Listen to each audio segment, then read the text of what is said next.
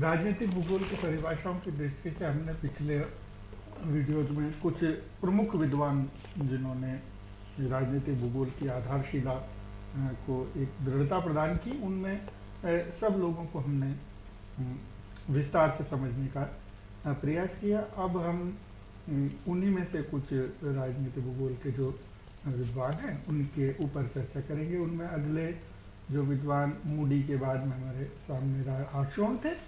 आर्चोन ने क्योंकि 1954 में अपनी परिभाषा दी थी, उनको विषय की प्रासंगिकता की दृष्टि से उन्होंने साथ में उसको बदला, क्या चीज़ें नई इन्वॉल्व की अपने विचार में, उन पर हमने बात की। और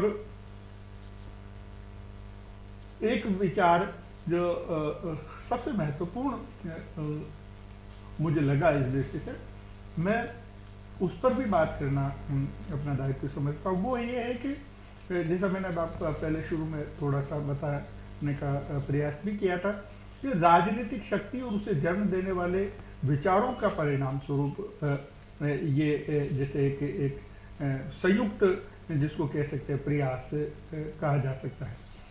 अब इसको समझने की जो विषय है वो ये है कि जापान को उदाहरण लेकर हम इस बात को समझ सकते हैं कि वियतनाम को हम जैसे उस बात को समझने का प्रयास करेंगे, उस सारे राजनीतिक घटनाक्रम को, तो आपको ध्यान में आएगा कि दुनिया की इतनी बड़ी ताकत जिसको हम अमेरिका कह सकते हैं, तो उसने वियतनाम के एक भी किलोमीटर क्षेत्र ऐसा नहीं था जहां पर उसने हमला नहीं किया हो या उसने बम नहीं गिराया हो, लेकिन उन्होंने हार नहीं मानी। लगभग 30-40 साल तक वो अमेरिका से युद्ध लड़ते रहे। में ये हुआ कि अमेरिका को मैदान छोड़कर जाना पड़ा। तो ऐसी कौन सी ताकत है? भौगोलिक दृष्टि से तो वो इतना सक्षम नहीं कि अमेरिका का मुकाबला कर सके, राजनीतिक दृष्टि से, आर्थिक दृष्टि से, लेकिन उस देश के लोगों की राष्ट्रभक्ति इतनी जबरदस्त है कि अंतिम सांस तक देश का हर देशवासी लड़ाई लड़ेगा। उस बात को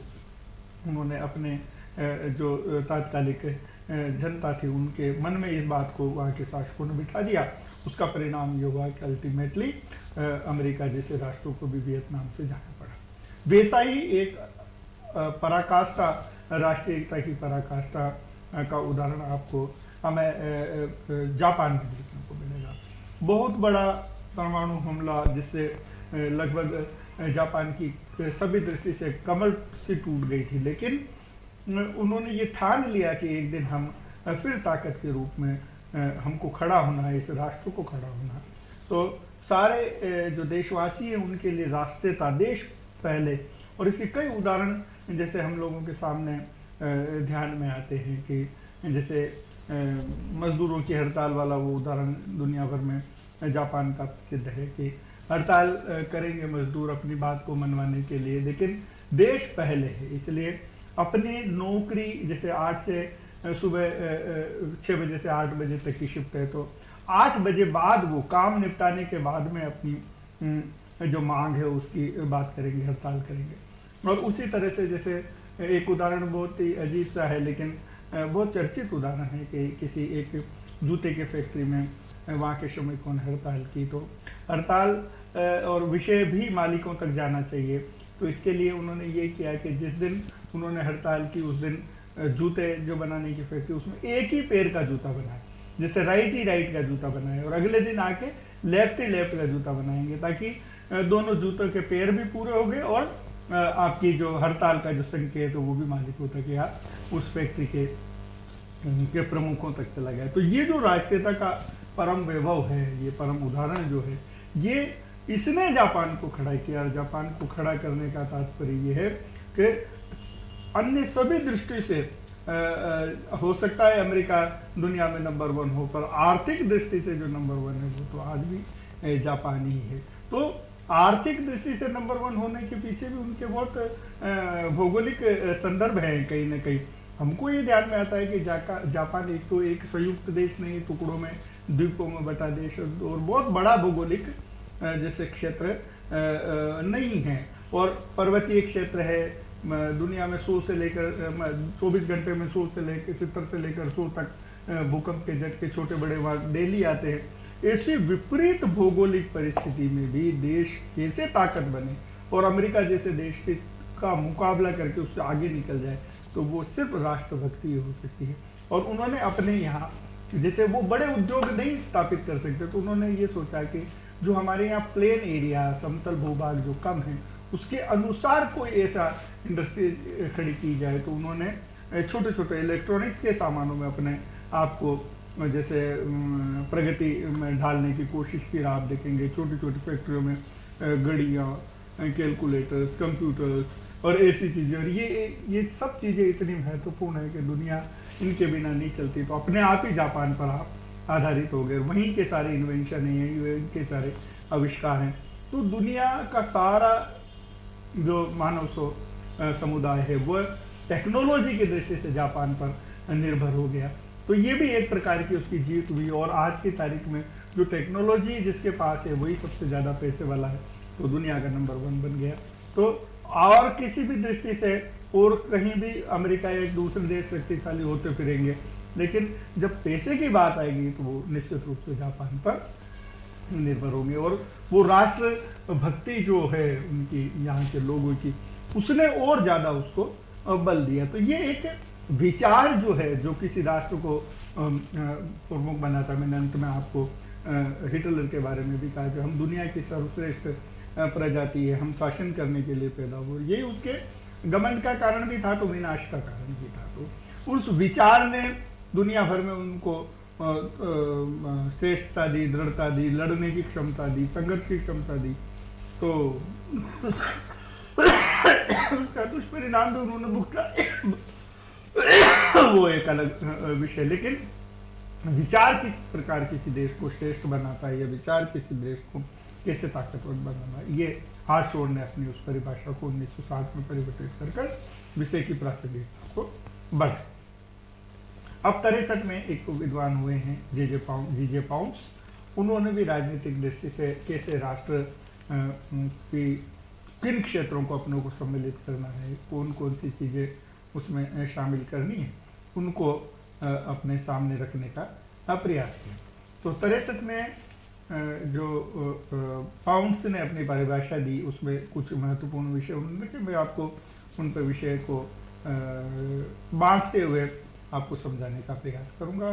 तो उसमें सबसे पहले पाउंड्स ये कहते हैं कि राजनीतिक भूगोल राजनीतिक दृष्टि से संगठित क्षेत्र, और संगठित क्षेत्र का मतलब सीधा सीधा आप ये समझने का प्रयास करिएगा वो राष्ट्र जो एक भौगोलिक जैसे क्षेत्र है, उस क्षेत्र का हमको अध्ययन करना है, और उसके संसाधन और उसका प्रसार। अब संसाधन और प्रसार दो ऐसी चीजें हैं जो आपको कहीं ना कहीं जैसे एक अलग विचार की तरफ ले जाती। लेकिन उपनिवेशिक काल में ये बहुत प्रभावी था, और अपन इसको इस तरह से भी समझ सकते हैं, जैसे इंग्लैंड का जब हम उदाहरण लेंगे या उसकी बात को समझने का प्रयास करेंगे तो आपके ध्यान में आ जाएगा कि एक छोटा सा राष्ट्र, जैसे उसका नक्शे पर कितना बड़ा अंश है आप सब अच्छी तरह से जानते हैं, लेकिन दुनिया भर में उन्होंने अपने संसाधनों पर कब्जा करने की दृष्टि से दुनिया भर के देशों पर अपना साम्राज्य फैलाया और वो अपना प्रसार किया।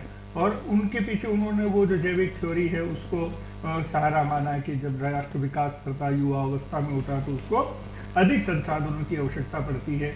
तो औद्योगिक क्रांति के बाद जो अधिक संसाधन कल कारखाने उनके यहाँ पैदा हुए, जो खड़े किए उन लोगों ने, उन कल कारखानों के माध्यम से विश्व में के सारी दुनिया पर अपना आधिपत्य पर जमाना। लेकिन कच्चे माल के लिए उनको दुनिया भर के दूसरे राष्ट्रों के संसाधनों पर उनकी नज़र थी, उनको कैसे अधिकृत किया जाए।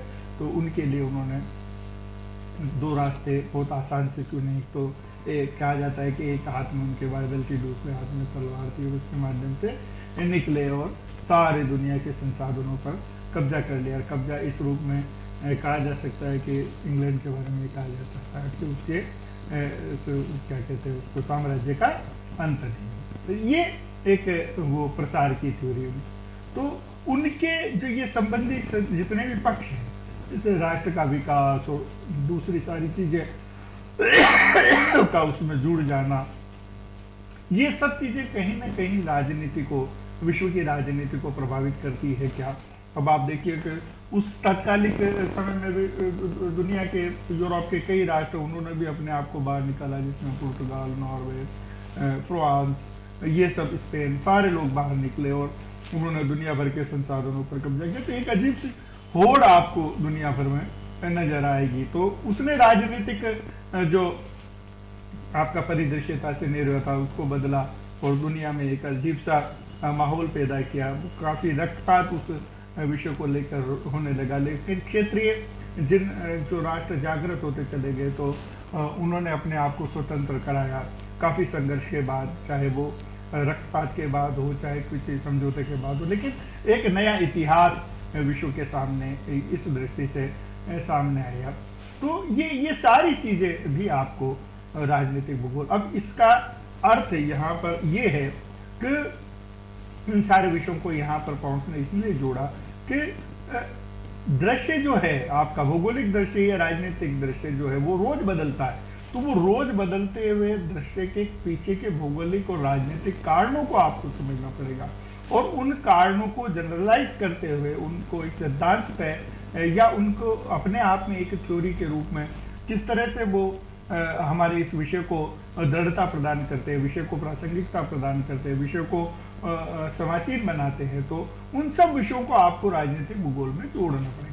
जैसे ये कह सकते हैं कि साम्राज्यवाद का उदय हुआ और उसका अंत हो गया, अंत के कारण क्या क्या थे, उदय के कारण क्या क्या थे। जब तक इन दोनों पक्षों को आप अपने विषय में शामिल नहीं करेंगे राजनीतिक दृष्टि से जो महत्वपूर्ण है, तो आपका विषय पूरा नहीं होता, आपका विषय अधूरा। तो राजनीतिक भूगोल को अगर आपको प्रासंगिक करना है, विषयों को शामिल करना है, विषयों को पूरा करना है, तो आपको इन सब विषयों को और उनके लिए जिम्मेदार तत्वों को आपको उसमें शामिल करना पड़ेगा। ये जो एक महत्वपूर्ण चीज पॉन्ट्स ने हमारे यहाँ पर जो शुरुआत की है, जो बात करने का प्रयास किया, वो हमारे लिए बहुत महत्वपूर्ण और वो विषय को पूरा करता है, वो विषय को एक वैज्ञानिकता प्रदान करता है, विषय को आपके प्रासंगिक बनाए रखता है, जो बहुत जरूरी है। किसी अगर ऐसा नहीं होगा तो विषय आउटडेटेड हो जाएगा और वो हमारे लिए किसी काम का या आने वाली पीढ़ियों के लिए किसी काम का नहीं रहेगा। तो वो ऐतिहासिक पक्ष के साथ साथ वर्तमान और भविष्य किस तरह के हो सकते हैं, क्या क्या चीज़ों की भौगोलिक आवश्यकता पड़ेगी, किन किन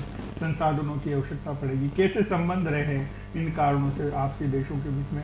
जैसे प्रकृति पर पूरी तरह से निर्भर मनुष्य था, फिर औद्योगिकरण आया, फिर उदारीकरण, वैश्वीकरण की बात है। जैसे आज का वर्तमान जो विश्व है वो दूसरे तरह का। इन सबको क्रमबद्ध तरीके से, वैज्ञानिक तरीके से, एक सिस्टमेटिक तरीके से आपको इसमें अपने विषय को शामिल करेंगे, तब जाकर कोई भी विषय पूरा होता है। वो विषय जैसे कैसे राजनीतिक भूगोल ने अपने आप को उसके अनुसार डाला, ये हमारे लिए बहुत महत्वपूर्ण है। तो ये इस परिभाषा तक आपको ये सभी चीज़ें यहाँ पर इन्वॉल्व मिलेगी, वो समाहित मिलेगी, वो कैसे शामिल होती है, ये हमारे लिए बहुत महत्वपूर्ण। अगली लेक्चर में हम अगला विषय पढ़ेंगे।